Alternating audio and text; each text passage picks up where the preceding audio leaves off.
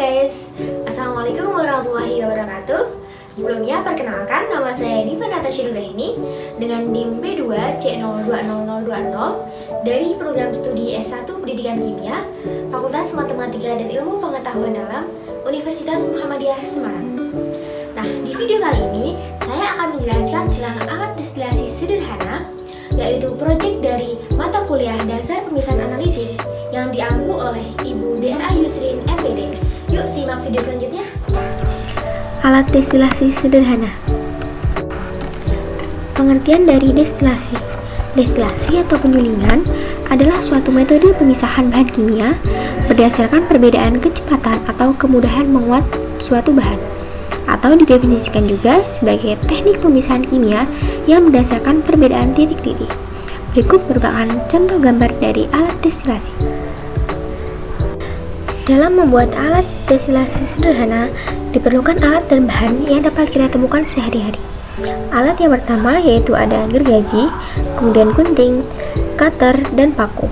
Untuk bahannya sendiri, kita menggunakan botol kaca bekas sebanyak 2 buah, kemudian kaleng bekas, sentir, toples kotak bekas, papan kayu, selang, lem tembak dan lem korea, serbuk kayu, dan juga spiritus. Untuk alur kerja pembuatan alat dapat dilihat pada video berikut. Setelah alat destilasi dibuat, berikut merupakan rangkaian awal dari alat destilasi. Dalam rangkaian awal ini, masih terdapat sekali banyak kekurangan. Yang pertama, tidak ada rangkaian penyangga pada kondensor, kemudian adanya kebocoran pada botol kaca, kompor belum jadi, dan juga selang terlalu panjang.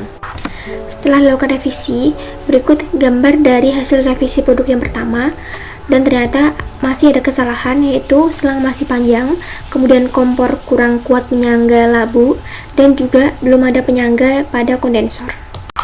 Kemudian dilakukan lagi revisi pada produk yang kedua, yaitu masih ada kekurangan dalam penyangga pada kondensornya. Dan berikut merupakan hasil akhir dari produk yang sudah beberapa kali direvisi.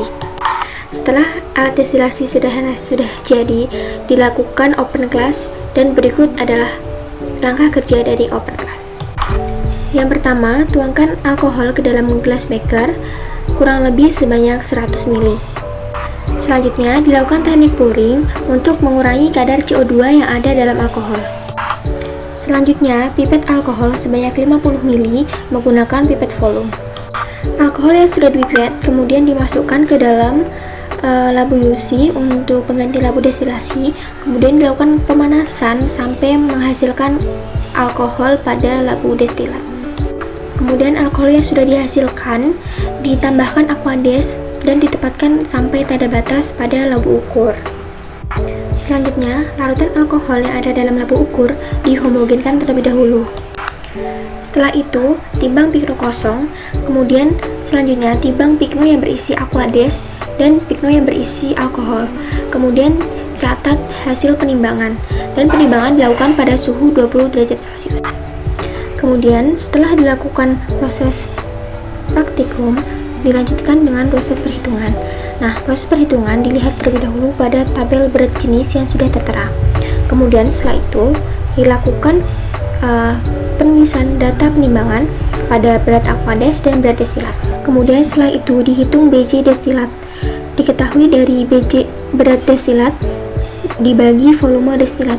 Berat destilat yaitu 24,486 gram dibagi dengan volume destilat 24,882 gram. Dihasilkan 0,9840 gram. Kemudian dilihat pada tabel, dihitung BJ alkohol dari persentase V per V, yaitu dilihat ada 3 selisih yang ditulis pada slide di atas. Kemudian dicari selisih bobot jenis A dan B, kemudian bobot jenis C dan B. Diketahui bobot jenis A dan B dan C dan B yaitu 0,001. Kemudian pada tabel dicari daftar atas dan daftar bawah dari BJ yang diselisihkan. Nah, dari selisih daftar atas dan bawah yaitu ditemukan 1,7 dari pengurangan 12,9 dikurangi 11,2. Nah, dari daftar atas tersebut, kita lakukan penentuan kadar alkohol dengan menghitung pada daftar atas, yaitu 12,9 dikurangi 0,001 per 0,001 dikali 1,7, didapatkan 12,9 dikurangi 1 kali 1,7, yaitu ditemukan kadar alkohol sebesar 11,2%. Setelah melakukan praktikum, saya ingin menyampaikan pesan dan kesan dalam mengikuti pembelajaran dasar pemisahan analitik. Untuk kesan saya sendiri, pembelajaran ini sangat menarik, di mana kita diminta secara langsung membuat proyek berdasarkan materi yang sudah dijelaskan, sehingga kita bisa merasakan bagaimana rasanya membuat suatu produk dengan berbagai macam perbaikan yang perlu dilakukan. Untuk pesannya sendiri, semoga pembelajaran DPA lebih dibuat menarik lagi agar meningkatkan semangat belajar siswa dan kreativitas mahasiswa.